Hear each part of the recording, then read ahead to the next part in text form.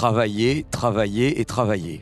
On s'attendait à une formule magique, oui. Non, pas du tout. Alors, j'en ai aucune. C'est pas l'Esprit Saint qui s'abat sur vous à la Pentecôte. Si vous n'êtes pas bon, c'est que vous n'avez pas bossé. Faites-le, faites-le, faites-le. C'est pas en lisant des livres de recettes que vous serez cuisinier. Quand vous avez raté 30 fois vos nouilles, la 31e fois, elles seront moins ratées. Pour l'oral, c'est pareil. C'est un travail, comme toutes les autres matières que vous apprenez. C'est un travail. Dans la conception que je me fais de la parole, évidemment, elle est éthique au-delà de l'esthétique. Mais en effet, la parole, elle a deux choses. Le concours d'éloquence, c'est un lieu de divertissement. Il y a aussi une parole qui n'est pas que du divertissement, qui est une parole qui répond à des questions, qui soigne des mots par les mots, qui change des vies, qui change le monde en fait. Les deux conceptions qui existent, soit l'esthétique, soit l'éthique, et en fait les deux sont souvent complémentaires. D'où me vient le goût de la parole? C'est probablement ma maman. Lorsque nous étions à table et que nous n'avions pas trouvé le mot juste, nous ne changions pas de sujet. Il fallait trouver le mot juste.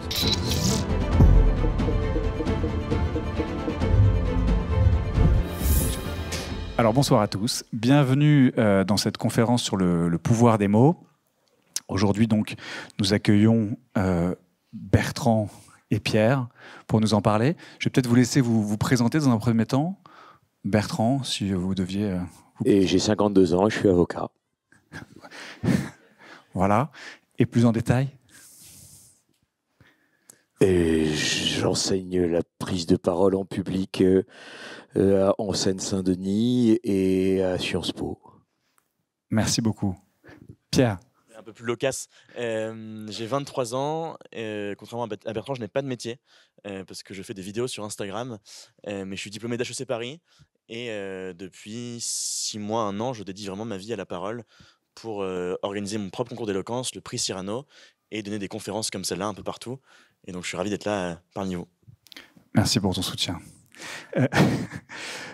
Pourquoi cette passion pour les mots, Pierre? C'est dur de dire un pourquoi. Moi, c'est venu par hasard. J'ai fait une fois un concours d'éloquence qui était celui de mon école. Je pense qu'on ne sait jamais vraiment à l'avance si on va être éloquent ou pas, quand on n'a jamais fait cet exercice-là du concours, et quand on prend peu la parole. Et donc, je l'ai fait une fois par hasard, et j'ai beaucoup aimé ça. Et donc, je l'ai fait une fois, puis 2, puis 3, puis 4. Moi, la passion de l'oral est plutôt venue par la passion de l'écrit. Ce qui me plaît, c'est vraiment le texte, c'est le mot, plus que l'oralité. Mais en fait, l'oralité est une formidable manière de partager ce qu'on écrit. Mais c'est un hasard. Et c'est une bonne nouvelle, c'est qu'on ne sait jamais à l'avance si on peut devenir quelqu'un qui aime la parole. Il faut juste essayer. Et pour vous, Bertrand? Moi, c'est mon métier. Voilà. Et donc, j'exerce depuis 25 ans un métier qui a pour partie une vocation orale. Et donc, c'est pas non plus une passion de jeunesse, mais les avocats ont cela de particulier qu'ils organisent entre eux des concours d'éloquence. Et donc, j'ai participé, jeune avocat, à un concours d'éloquence et ça m'a amusé, intéressé. Et donc, depuis, c'est une question qui me passionne, qui est celle du pouvoir de la parole, mais dans un volet politique. Je considère que la parole, c'est ce qui nous différencie avec Pierre, et c'est tout à fait légitime. Pierre a de la parole une approche esthétique, et moi, j'ai de la parole une approche politique. Voilà, c'est différent et complémentaire. Et alors, si on devait définir une approche esthétique et une approche politique? Je ne suis pas entièrement d'accord avec Bertrand. J'ai en partie une approche esthétique.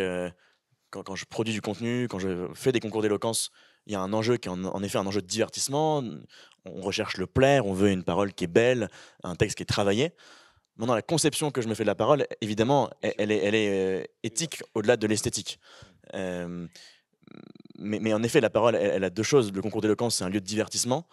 Il y a aussi une parole qui n'est pas que du divertissement, qui est une parole qui répond à des questions, qui soigne des mots par les mots, qui change des vies, qui change le monde en fait.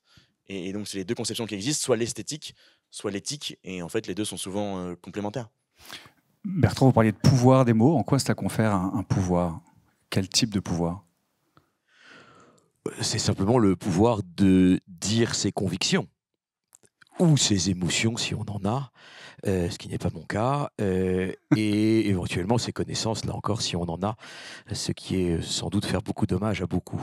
Donc, moi, je considère que la parole a pour pouvoir d'insérer dans la société, de conquérir le pouvoir politique, de faire changer le monde, l'état des choses. Et dans mon approche professionnelle, elle a évidemment le pouvoir d'essayer de persuader une juridiction.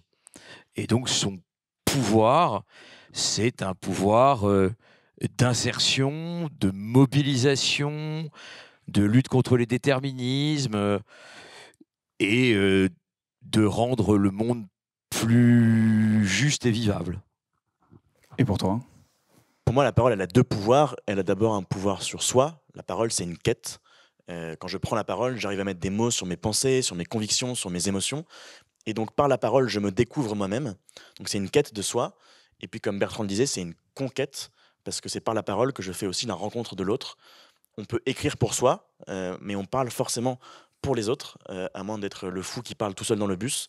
Et donc, on parle toujours pour l'autre.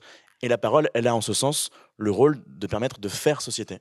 C'est par la parole qu'on existe ensemble, et c'est pour ça qu'elle a vraiment un pouvoir politique, une quête donc, et une conquête. Peut-être que le fou a l'impression de parler à quelqu'un. C'est pour ça qu'il est fou. Est-ce qu'on peut avoir des situations concrètes dans lesquelles, Pierre, tu as fait usage de ce pouvoir et tu t'en es servi pour... je ne sais pas si vous pouvez illustrer dans une manière... une situation concrète, au quotidien. Oui, alors il y en a plein. Quand on parle là, c'est une situation concrète de prise de parole, évidemment. Là où je l'ai vu le plus, c'est dans la négociation que j'ai pu avoir sur différents enjeux, notamment le concours qu'on a créé, trouver des sponsors, des partenaires. C'est là, je pense, où la parole, en fait, au-delà même de l'éloquence, la rhétorique, l'art de l'argument est vraiment important. Mais on est tout le temps dans une démarche qui est rhétorique, on est tout le temps dans une démarche de persuasion. Ne serait-ce qu'acheter son pain à la boulangerie, c'est une démarche de persuasion, que la boulangère a quand même envie de vous donner la baguette en face. Donc non, au quotidien, on vit ça, et c'est pour ça que c'est important de le pratiquer. On imagine souvent que les concours d'éloquence, par exemple, c'est un lieu de pur divertissement, on fait ça que pour s'amuser. Ok, certes, mais les compétences qu'on y apprend sont fondamentales absolument tout le temps au quotidien, dans la séduction peut-être, dans la vie personnelle, dans l'éducation de ses enfants, j'en suis pas encore là, dans un entretien d'embauche, un entretien de personnalité, dans un oral académique, dans une conférence. Et c'est ça qui est formidable, c'est que quand on détient ce pouvoir rhétorique, ce pouvoir des mots, en vérité, on l'exerce en permanence. Et alors, est-ce que, Bertrand, vous avez des recommandations sur comment justement améliorer son éloquence? Oui, alors j'en ai 3. Travailler, travailler et travailler. Voilà, c'est extrêmement décevant et assez prosaïque. On s'attendait à une formule magique, oui. Non, pas du tout. Alors j'en ai aucune. Hein. C'est pas l'Esprit Saint qui s'abat sur vous à la Pentecôte. Donc il n'y en a pas. Si vous n'êtes pas bon, c'est que vous n'avez pas bossé. C'est tout. Il n'y a pas d'autres recommandations à faire. Donc voilà, faites-le. Hein. C'est pas en lisant des livres de recettes que vous serez cuisinier. Hein. Donc il faut les faire. Quand vous avez raté 30 fois vos nouilles, la 31e fois, elles seront moins ratées. Pour l'oral, c'est pareil. Voilà, c'est pas quand vous achetez des tennis que le lendemain, vous faites le marathon. Donc voilà, c'est un travail comme toutes les autres matières que vous apprenez, mathématiques, l'histoire, la philosophie, c'est un travail. Alors, il y en a qui ont un petit temps d'avance éventuellement, mais globalement, ça se travaille. Et n'attendez pas que ça vienne sur vous en vous disant « Ah, mais j'y arrive pas ». C'est que vous n'avez pas bossé. Et puis c'est tout. Mais comment ça se travaille? Il faut... Faites-le. Il y a ce travail comme tout. Quand vous travaillez vos nouilles, vous en faites tous les soirs, vous faites des nouilles. C'est pareil. Tous les jours, vous prenez une situation de prise de parole, vous mettez votre téléphone et puis vous faites un oral blanc. C'est quand même pas très compliqué. Il n'y a pas non plus de situation, on va pas mettre des coachs, on va pas mettre des mecs de développement personnel. Juste, vous faites votre truc, vous vous exercez, vous vous écoutez, puis vous mesurez le nombre de bafouillages à la minute. Et puis en fonction de la courbe, vous vous dites, tiens, j'ai quand même mieux réalisé ma prise de parole aujourd'hui qu'hier.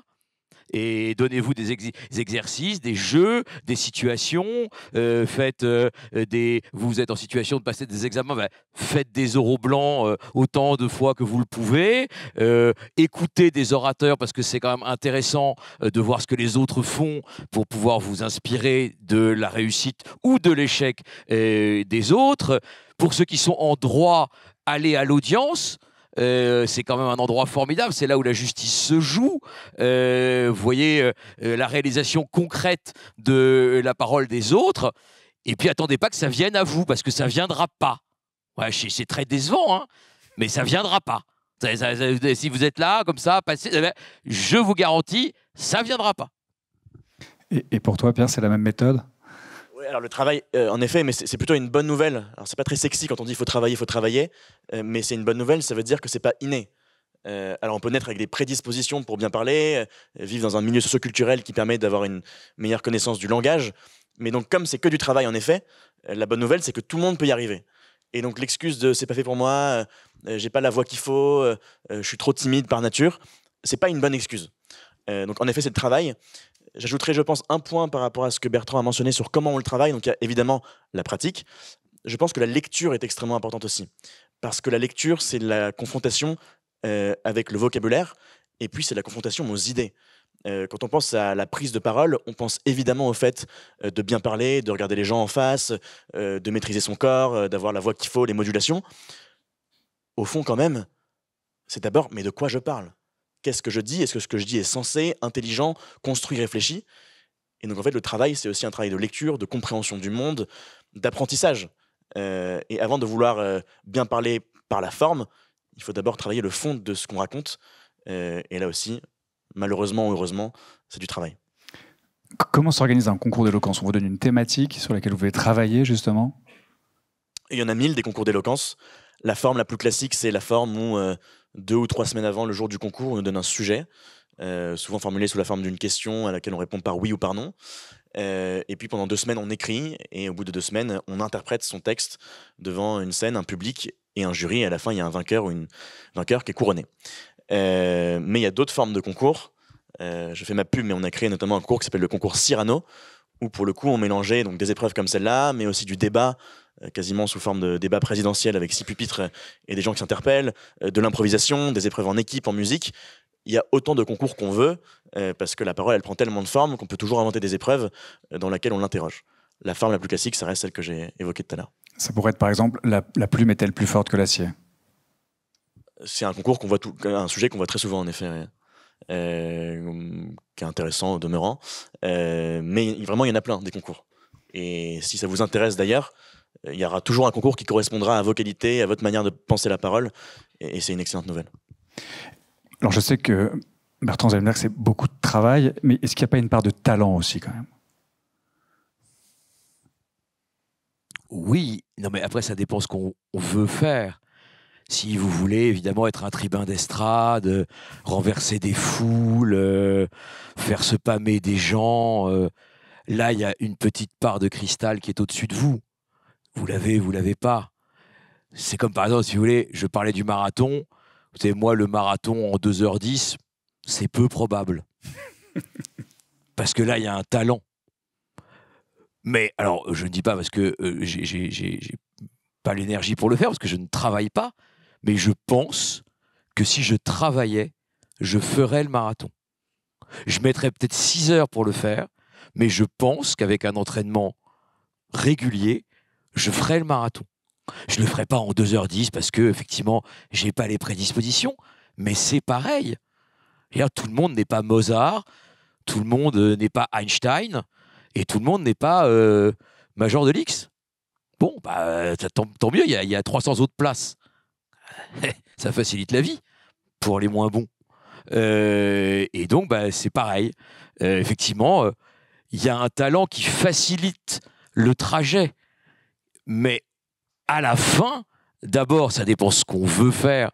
Et vous qui êtes en situation, a priori, de passer bientôt des oraux de concours ou d'entretien pour un stage ou une embauche ou une formation dans l'enseignement supérieur, alors sachez que pour le coup, le talent n'y est pour rien. Ça, c'est vraiment la pire excuse. Ah, il y en a qui ont du talent. Bah, très bien.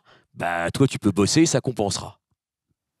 Alors, puisqu'on parle d'oraux académiques, quels sont les 3-4 éléments à avoir en tête pour performer, Pierre? Il y a 3 choses que j'aime bien nommer pour un oral, quel qu'il soit, un oral en prépa, à la fac, même au lycée, un oral d'entretien d'embauche, un oral d'entretien de personnalité. La première chose à avoir, c'est de la sécurité. Quand on dit sécurité, c'est je maîtrise les connaissances que je dois maîtriser. Si je suis en entretien d'embauche, j'ai le diplôme qui me permet d'aller dans l'entreprise que je veux. S'il y a une méthode à connaître pour une dissertation, je sais appliquer la méthode. Bref, je montre à la personne en face de moi que je maîtrise tout ce que je dois maîtriser, la sécurité. Le deuxième enjeu, ça va être l'originalité. C'est bien de faire comme tout le monde, mais apprendre un cours, c'est pas très compliqué en soi. Là où votre personnalité se révèle, là où votre talent ou votre travail se révèle, c'est dans votre capacité à être original. Alors attention, il ne faut pas être original pour être original. L'originalité, ça va être dans son plan, d'avoir une vraie réflexion qui n'est pas juste la récitation du cours. Dans un entretien, ça va être de ne pas avoir fait le même parcours que tout le monde, les mêmes stages que tout le monde, mais d'avoir en plus de ça, en plus de la sécurité, quelque chose de différent qui vous singularise et qui fait que la personne se dit tiens, celui-là ou celle-là, dans mon entreprise ou dans mon école, il ou elle apportera quelque chose en plus. Et enfin, la troisième chose, c'est le plaisir. Ça paraît bête, mais dans un oral, quel qu'il soit, même un oral de maths, le truc le plus académique du monde, ce qui se joue aussi, c'est une rencontre avec une personne. Et donc, si vous arrivez à montrer que vous êtes un tant soit peu heureux d'être là, généralement, ça favorise le lien qui se tisse avec la personne et donc votre réussite. On dit souvent dans les entretiens d'embauche, notamment des cabinets de conseil ou en finance, que la question que se pose la personne face à vous, c'est la suivante, c'est est-ce que j'aimerais passer 3 heures bloqué à l'aéroport avec lui ou avec elle? Et quand vous arrivez à montrer qu'il y a du plaisir, que vous êtes content de parler, il y a un rapport très érotique à la parole, et que vous aimez la parole qui se joue avec l'interlocuteur, si vous avez ça, plus la sécurité, plus de l'originalité, quel que soit l'oral, normalement à la fin, vous triomphez. Bertrand, je vous ai vu réagir sur l'érotisme de la parole. Et pour un quinquagénaire, c'est plus de l'ordre du souvenir. Et, non, alors, pour avoir fait passer beaucoup d'examens oraux, je suis absolument d'accord avec ce qu'a dit Pierre. Je vais juste nuancer le dernier point. En réalité, c'est bien d'y prendre du plaisir. En réalité, pour moi, c'est pas vraiment une question de plaisir, c'est montrer votre enthousiasme. Le plaisir, normalement, il est ressenti par le jury. Et sachez-le, pour l'avoir fait 1000 fois, le jury est content de mettre une bonne note. Le jury s'ennuie. Il est mal payé. Il a des candidats, pour la plupart, parfaitement nuls, puisqu'ils sont du public. Oui. Vous pouvez rester quand même. Et donc, lorsque, par accident, une intelligence surgit, c'est une joie, voire une grâce. Et on est infiniment heureux. Attention tout de même dans la notion de plaisir à ne pas surjouer la chose. À un moment, dans un oral, si ça se passe bien, le jury va donner le signal d'une forme de détente. Au début, chacun est dans un quant à soi raisonnable. Vous êtes en situation d'être examiné. Le jury vous pose des questions. Très bien. Et c'est d'ailleurs le signe d'un oral réussi. C'est le moment où on voit que tout le monde baisse un peu la garde et que cet oral devient une sorte de conversation. Mais ce n'est pas à vous de donner le signal de cela. Et j'ai vu beaucoup de jeunes gens arriver dans une détente tout à fait excessive. Et non, vous n'êtes pas là pour être détendu. C'est le jury qui vous dira « Et tiens, qu'est-ce que vous pensez de ça ?» Et puis, vous verrez, si ça se passe vraiment bien, ça va devenir une discussion.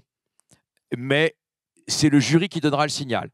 Donc, au début, le plaisir me paraît plutôt relever d'une forme d'envie, d'enthousiasme, pas excessif non plus, hein, mais voilà, l'idée d'une implication de l'examiner, parce que je parle de situation d'examen, dans son oral. C'est-à-dire qu'il est là, il est déterminé à réussir, et ensuite, l'entretien va changer de registre à l'initiative du jury pour devenir plus de l'ordre de l'échange. Tu voulais réagir? Je pense que Bertrand a raison. Le mot, en effet, c'est plutôt le mot d'enthousiasme. J'ajouterai 2 autres mots. Un qui découle exactement de ce que Bertrand vient de dire, qui est le mot d'équilibre. Il ne faut jamais en faire trop. Ni trop dans la sécurité, où je veux rester absolument tout mon cours, montrer que je connais absolument tout, alors que souvent ça ne sert à rien. Ni trop, comme tu le disais, dans le plaisir ou l'enthousiasme, et ni trop dans l'originalité. L'originalité ne doit pas être le n'importe quoi. Et je fais un parallèle avec le concours d'éloquence. Dans le prix Cyrano qu'on a organisé, on avait 300 candidats qu'on a vus sur 3 jours. Donc 100 candidats par jour, 100 discours par jour. C'était insupportable à la fin, même si le niveau était très bon parce qu'on fatigue. Et les candidats, le voyant, se sont dit, tiens, je vais les réveiller en faisant de l'originalité. Et on s'est retrouvé avec une candidate qui s'est mise à nous lancer des éponges dessus, pour ensuite faire une super blague où elle disait, tiens, maintenant je vais jeter l'éponge. Elle n'a pas été prise, elle n'a pas été sélectionnée. Donc il y a un enjeu d'équilibre à avoir. L'enthousiasme, la sécurité, l'originalité, ne jamais en faire trop. L'autre enjeu, je pense, on le comprend aussi dans ce que Bertrand dit, c'est la lucidité. Il faut comprendre ce qui se joue avec son jury ou son public quand il y a un public. En effet, parfois, il y a un moment de détente, on sent que les choses se passent bien. Il faut aussi parfois savoir, pendant un oral, se remettre en question et sentir que les choses se passent très mal. Et il ne faut pas avoir peur parfois, quand ce qu'on avait préparé ne fonctionne pas, de se dire, tiens, j'abandonne. Un exemple personnel sur le sujet, mon premier entretien de personnalité pour les grandes écoles, entretien blanc heureusement, j'arrive, je me suis mal rasé, je me suis coupé l'oreille, et j'ai pris le costume de mon beau-frère qui fait 1m95, ce qui n'est pas mon cas pour ceux qui ont des bons yeux.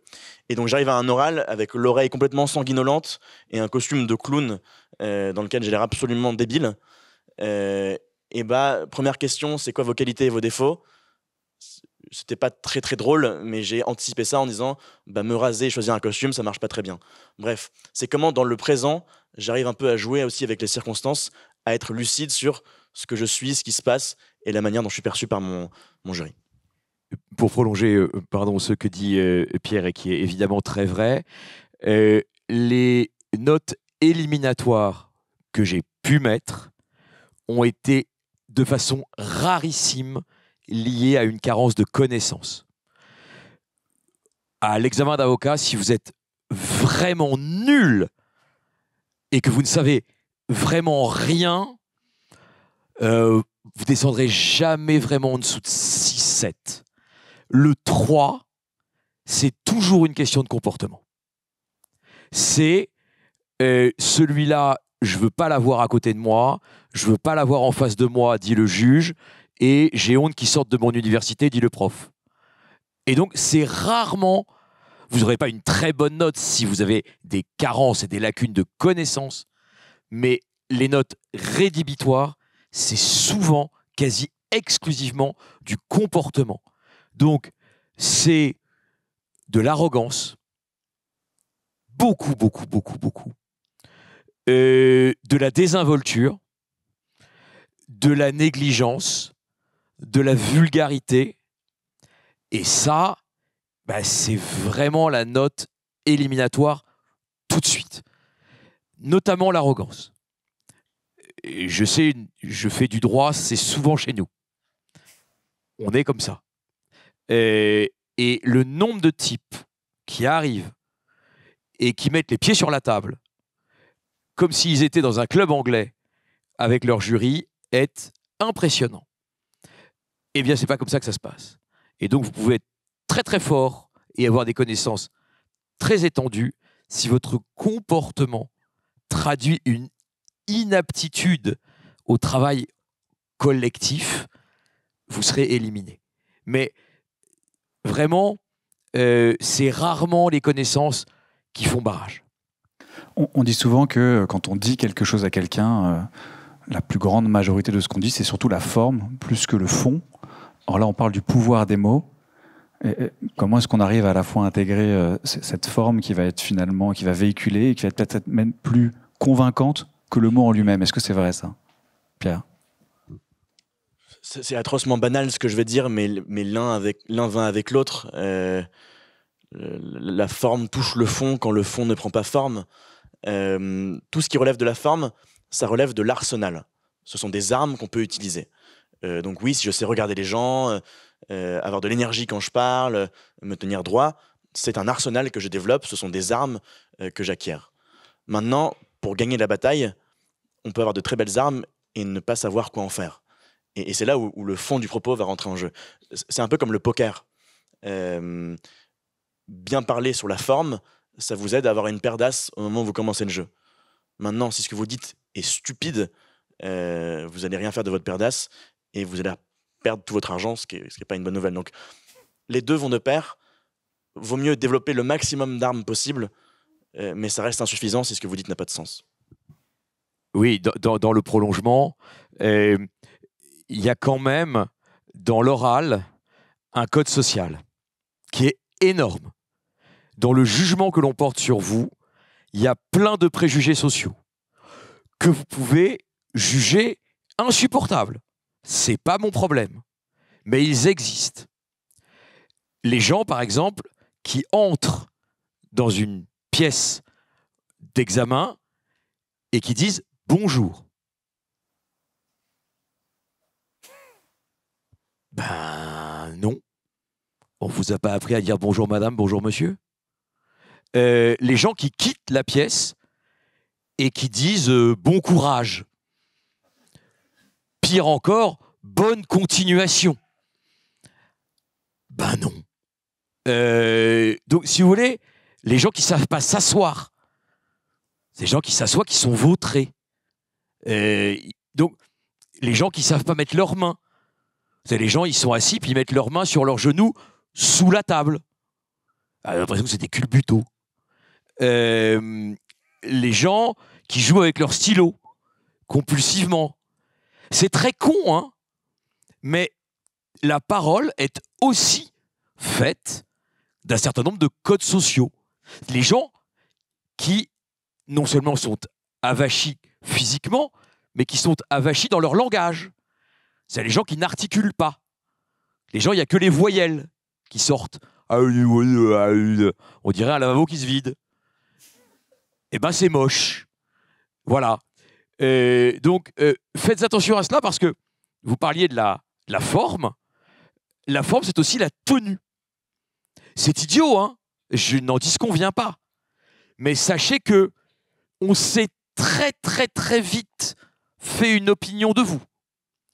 Moi, je prétends... Alors, évidemment, la tenue vestimentaire. Ni smoking, ni jogging. Entre les deux. Mais par exemple, la chemisette est un crime contre l'humanité. Il faut se le dire à un moment. Donc non. La chemise qui n'est ni blanche ni bleue est une énigme. Y a des gens qui en portent, hein, probablement, ça se vend. Mais non. Donc, voilà, on vous juge, et comme c'est nous, c'est-à-dire les boomers de 50 ans, qui vous jugeons, soit vous faites la révolution, soit vous vous soumettez. À votre âge, moi, je me soumettrai, mais c'est pas dans les échéances qui sont les vôtres. Vous ferez la révolution plus tard. Mais voilà, c'est aussi un exercice de conformité sociale. Et vous êtes là pour vous conformer à un certain nombre de codes sociaux dans la prise de parole professionnelle. Donc, vous allez arriver, vous n'allez pas vous asseoir tant qu'on ne vous a pas invité à le faire. Vous allez dire bonjour monsieur le président, bonjour madame, bonjour monsieur. Vous allez vous asseoir sans vous vautrer parce que non, vous n'avez pas acheté le dos de la chaise. Donc vous allez vous asseoir sur le bord de la chaise comme nous le faisons tous, sauf vous, mais vous êtes jeune et donc dispensé. Et donc voilà, vous allez respecter un certain nombre de codes sociaux que vous pouvez trouver débiles, mais qui existent encore.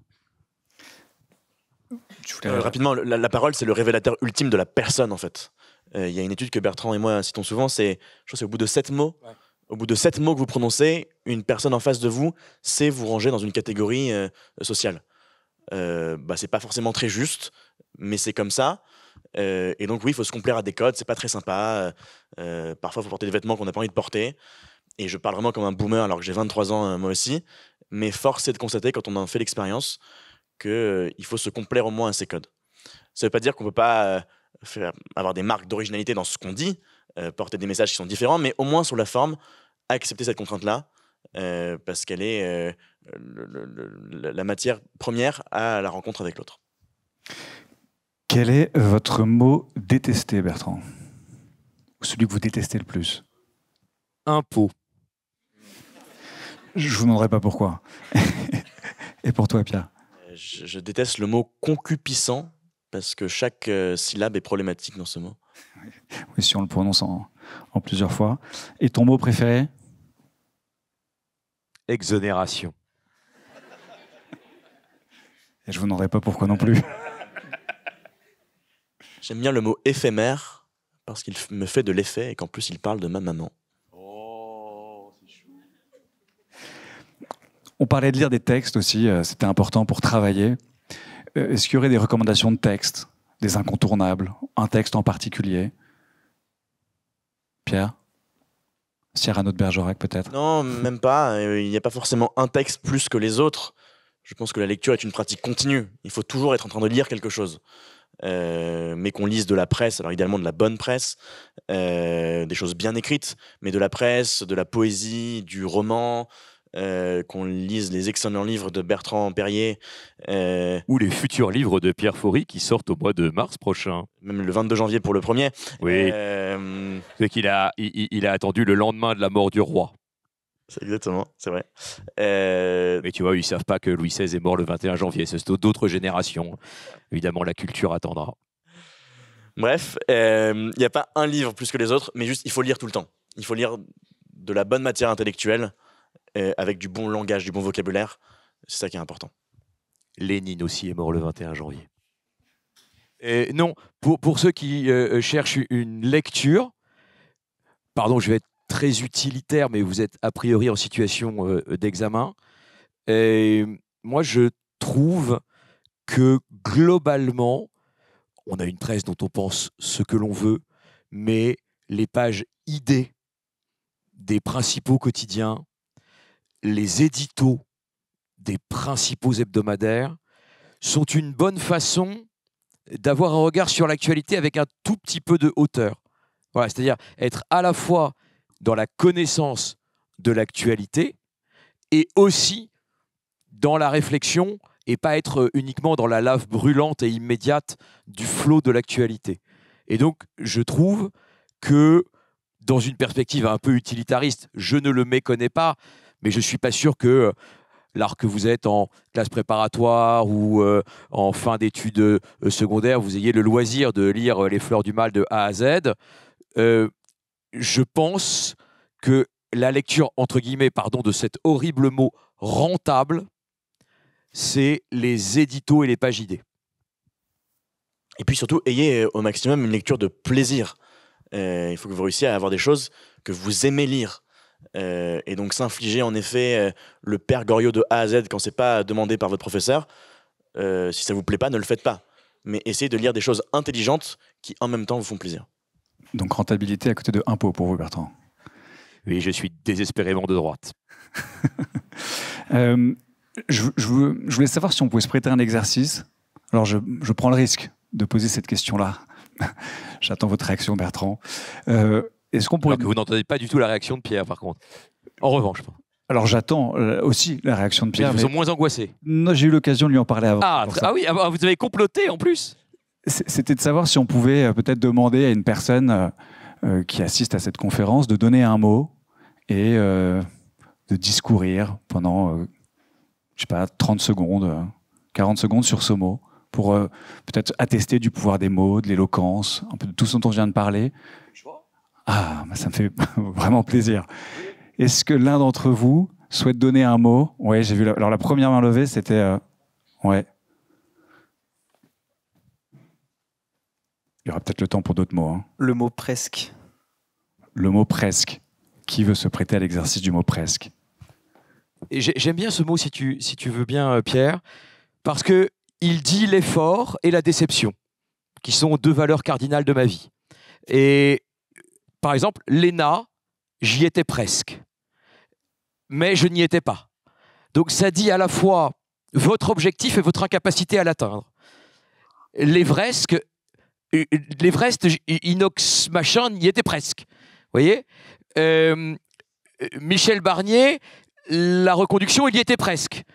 C'est-à-dire qu'il eût aimé, mais il n'y est pas parvenu. Et il y a dans ce mot « presque » quelque chose qui relève du goût de l'effort, du dépassement de soi, mais également de l'insatisfaction, de la frustration. Et ce mot « presque » dit à la fois votre aspiration profonde, en cela, il vous révèle, il dit ce que vous voudriez être et en même temps l'incapacité de le devenir. Et il dit à quel point le réel est cruel et fait obstacle à vos rêves. Et en cela, il vous révèle complètement et il révèle le monde. Le mot presque révèle votre singularité dans le rêve qu'il traduit de vous, dans le fantasme qu'il concrétise. Je voudrais cela et en même temps la dureté du monde, la cruauté du réel qui se rappelle à vous et qui vous refuse ce rêve et son exaucement et qui dit non, finalement ça ne marchera pas, tu y étais presque mais tu n'y es pas. Et il donc révèle à la fois l'aspiration des hommes et la dureté du monde, ce qui fait la beauté de la vie.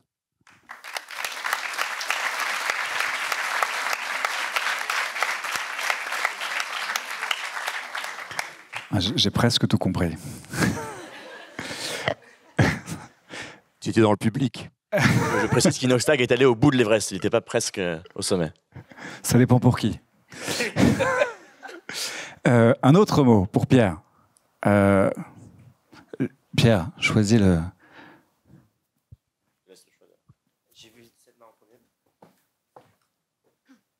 L'image. L'image. Avec un L apostrophe. Ah, d'accord. Qui, je crois, le thème de culture générale en classe préparatoire. On sent que le public est intéressé. C'est un très beau mot, l'image, alors qui me parle beaucoup. Moi, Bertrand aussi, je pense, on est des gens qui commencent pour moi, et Bertrand finit peut-être, d'avoir une image publique. Enfoiré, il dit. C'est un très beau mot, ça aussi.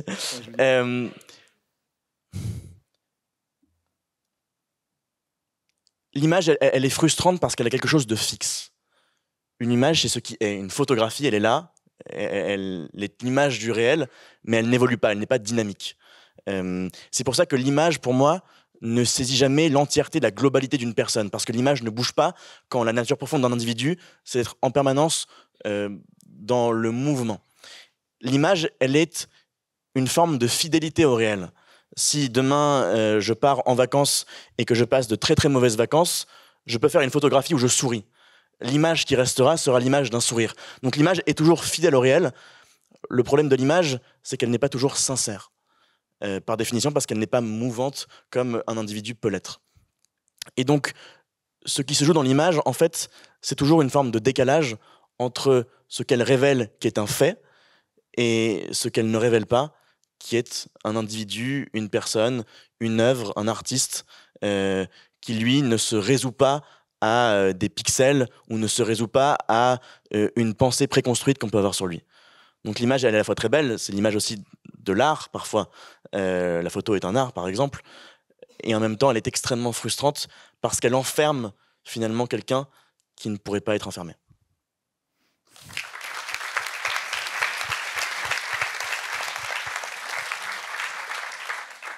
Je voulais aussi laisser l'occasion aux personnes présentes peut-être de vous poser une question. Alors pareil, le micro, je ne sais pas où il est. Est-ce que l'un d'entre vous aurait une question pour Pierre ou pour Bertrand, pour les plus téméraires?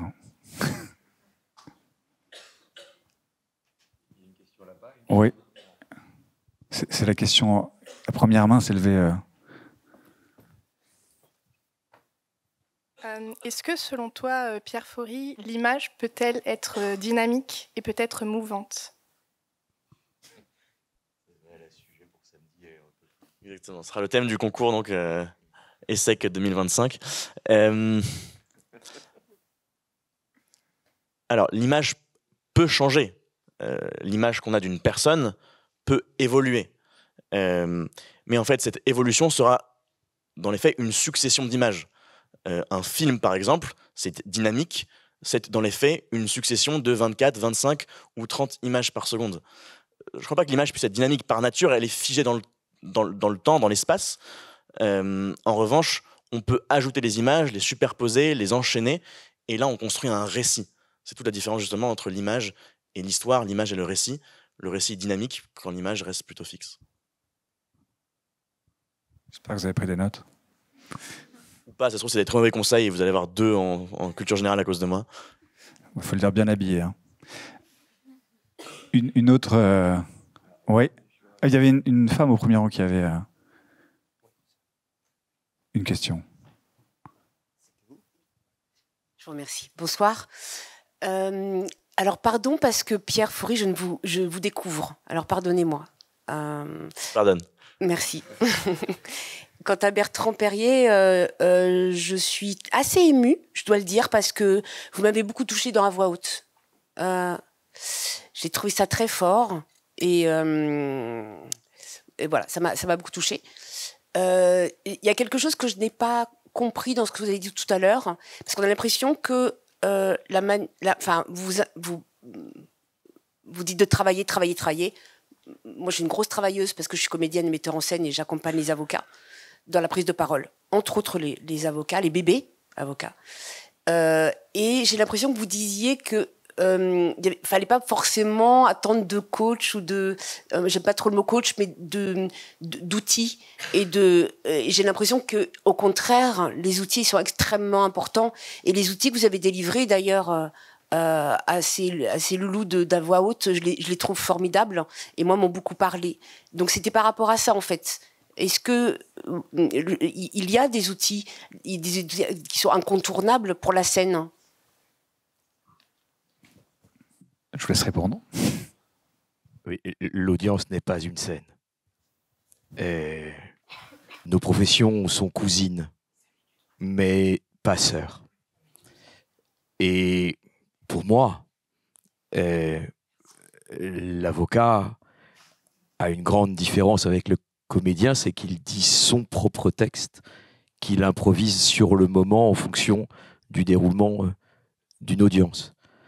Et donc, oui, je ne conteste pas qu'il y a un certain nombre de socles, d'ancrage au sol, de vocalises, très bien. Mais au fond, la seule école de l'avocat, c'est l'audience. C'est d'aller voir les autres, le faire, plaider bien, mal, réagir à telle situation, se confronter à tel type de cas. Et donc, bien sûr que c'est très utile de transmettre aux avocats le langage non verbal, la respiration, si, très bien. Mais au fond, c'est la confrontation avec l'audience qui est le moment de vérité. Et donc, je pense que on doit évidemment maîtriser l'articulation, la respiration, la posture, tout ça a une importance, la projection de la voix, bien sûr, tout cela est déterminant. Mais par ailleurs, vous n'êtes pas encore en situation d'être avocat, selon l'idée que je me fais de vous. Mais au fond, dans le moment de l'audience, qui en tout cas, c'est ma seule prise de parole, je n'ai pas d'autre prise de parole qu'à l'audience. Et à l'audience, on a tout cela, on l'a emmagasiné parce que les années d'expérience ont fait que, parce que les gens comme vous qui nous nourrissent de leur connaissance, de la prise de parole, du regard, du geste, de l'attitude générale, nous nourrissent, bien sûr, mais au fond, c'est l'audience qui nous apprend. Et c'est pour ça que pour les futurs avocats, les meilleurs livres sont des livres d'avocats. Lisez les mémoires d'Henri Leclerc. Vous aurez appris 1000 fois plus qu'en lisant 25 livres au rayon développement personnel. On n'apprend pas à parler en faisant du yoga. Alors, ça aurait pu être la conclusion. Je vous propose d'en avoir une autre, peut-être. Ouais. Au consensuel, pas forcément. Positif, pas forcément. Je suggère, sans empiéter sur vos plates-bandes pour que personne ne soit frustré, qu'il y a 4 mains qui se sont levées, que nous prenions les 4 questions et que nous répondions collectivement aux 4 questions. Comme ça permet à tout le monde de poser sa question. C'est parfait. Allez, let's go. Ok, alors c'est qui les 4? Ah, le monsieur chevelu du premier rang, vous avez été lourdement ignoré. Vous êtes ghosté, comme on dit. Merci. Moi, j'ai une question. J'ai fait mon premier concours d'éloquence il y a 2 ans. Et le sujet, c'était l'altruiste est-il un égoïste raisonnable? Donc, j'aimerais bien avoir votre avis dessus. Et next question. Moi, ma question est peut-être simple, mais qu'est-ce qui vous a fait aimer le goût des mots?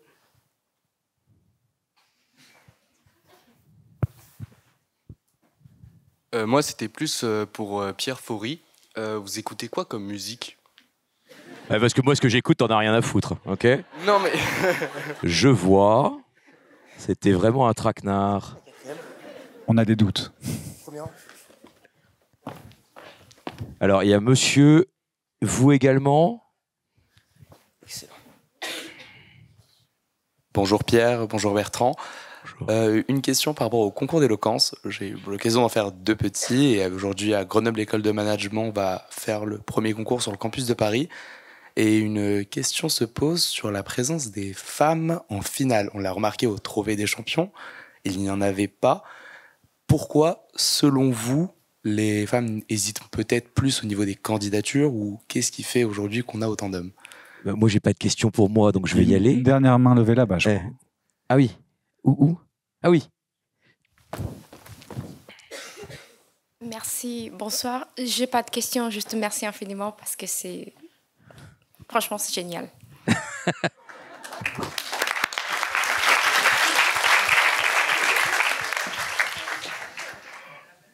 Bon, je vais répondre à la seule question qui m'est plus ou moins adressée, parce que les concours d'éloquence, vous avez compris que c'est pas... Bon, c'est une forme de parole que j'ai bien aimée quand j'avais une 30aine d'années et qui aujourd'hui me paraît, disons, plus éloignée de mes préoccupations, même si Pierre fait ça avec un talent d'orfèvre. Sur d'où me vient le goût de la parole, c'est probablement ma maman. Moi aussi, puisque mes parents étaient tout à fait autodidactes. Je suis le premier de la famille à avoir eu le bac. On a fait la fête pendant 3 jours et 3 nuits quand je l'ai eu. C'était tout à fait inespéré, mais mes parents, et notamment ma maman, étaient très attachés et est toujours attachée à la précision de la langue. Par exemple, là, vous voyez, je n'ai pas fait la liaison entre toujours et attaché, elle me l'aurait reproché. De la même façon, si je confonds amener et apporter, elle me le fait remarquer. Mon maître, Marc Bonan, qui est le plus grand orateur que la Terre porte, une courte tête devant Pierre Faury, explique que son goût des mots lui vient du fait que lorsqu'il était enfant, sa mère lui renvoyait ses cartes postales corrigées. Oui, mais il faut savoir ce qu'on veut. Soit vous voulez devenir Marc Bonan, soit vous voulez rester de gauche. C'est un choix. Tout est choix dans la vie. Le talent ou l'amour. Et donc, ma maman m'a très tôt sensibilisé à l'importance au quotidien d'une parole précise et juste. Lorsque nous étions à table et que nous n'avions pas trouvé le mot juste, nous ne changions pas de sujet. Il fallait trouver le mot juste. Et donc, j'ai toujours avec moi donc, 3 dictionnaires. Un dictionnaire normal, un dictionnaire des synonymes et un dictionnaire historique. J'adore les dictionnaires. Et ce qui ensuite m'a donné le goût des mots, c'est le goût de l'égalité des chances. Parce que j'ai considéré, par les hasards de la vie, que les mots étaient un puissant outil d'égalité des chances. et que c'était la chance pour chacun de dire au monde sa vérité, sa conviction, sa révolte et sa frustration. Et que c'était une formidable façon de vivre ensemble. Et c'est cette force politique. Et puis, il y avait évidemment le côté judiciaire. Je vis des mots que je prononce et leur pouvoir, le goût de l'argumentation me nourrit également. Mais au fond, aimer les mots, pour moi, c'est encore dire à ma maman que je l'aime.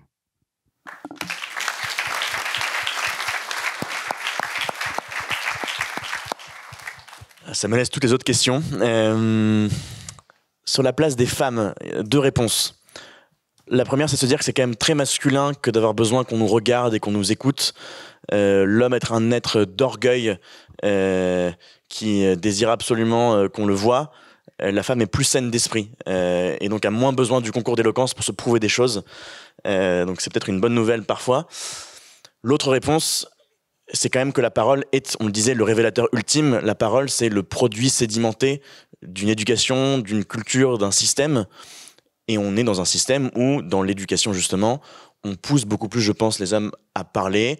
En tout cas, on les pousse davantage à être dans la conquête par la parole. Et donc, ce qu'on voit dans les concours d'éloquence, on le voit aussi en politique, en fait, dans tous les lieux de pouvoir. L'homme est dans la conquête parce qu'on l'éduque à être dans la conquête. Dans l'éducation, on a plus tendance à éduquer la femme à être dans la quête, dans la compréhension de soi, dans la découverte de soi. Et ce qui se passe beaucoup dans les concours d'éloquence, c'est que comme ils ont été éduqués comme ça, les mecs, ils vont en disant « je veux gagner », et les filles, ils vont en disant « j'ai envie de découvrir ce que c'est ». Et donc, dans les finales, on se retrouve avec ces situations-là. C'est pas normal, c'est pas bien. L'autre jour, on était dans un concours avec Bertrand, il y avait 9 mecs, une fille, c'est pas normal. Et donc, les réponses, c'est 1, l'éducation, ça prend du temps, il y a des frémissements, je pense qu'on y est, ça commence. Et 2, les modèles. Il faut qu'il y ait des modèles féminins qui émergent pour que des femmes se disent « tiens, j'ai envie de prendre la parole » et on est évidemment un très très bon modèle sur scène avec 3 hommes. Et ce qui est vrai sur les femmes est vrai sur d'autres choses, sur l'origine sociale par exemple, sur les origines ethniques. En fait, la parole elle est le reflet de la société. Et donc, les problèmes qu'on a au niveau social politique se retrouvent dans les problèmes qu'on a au niveau de la parole. Sur la musique, j'écoute tout et rien, c'est nul comme réponse. J'écoute beaucoup de choses tristes. C'est ma nature profonde d'être un être de tristesse et de douleur. Ça se voit en me voyant, j'imagine. Donc tout ce qui est triste, parce que ça crée plus d'émotions en moi que Happy de Pharrell Williams, qui pour moi est une chanson plate, ou que Coldplay, c'est vraiment le centrisme de la musique.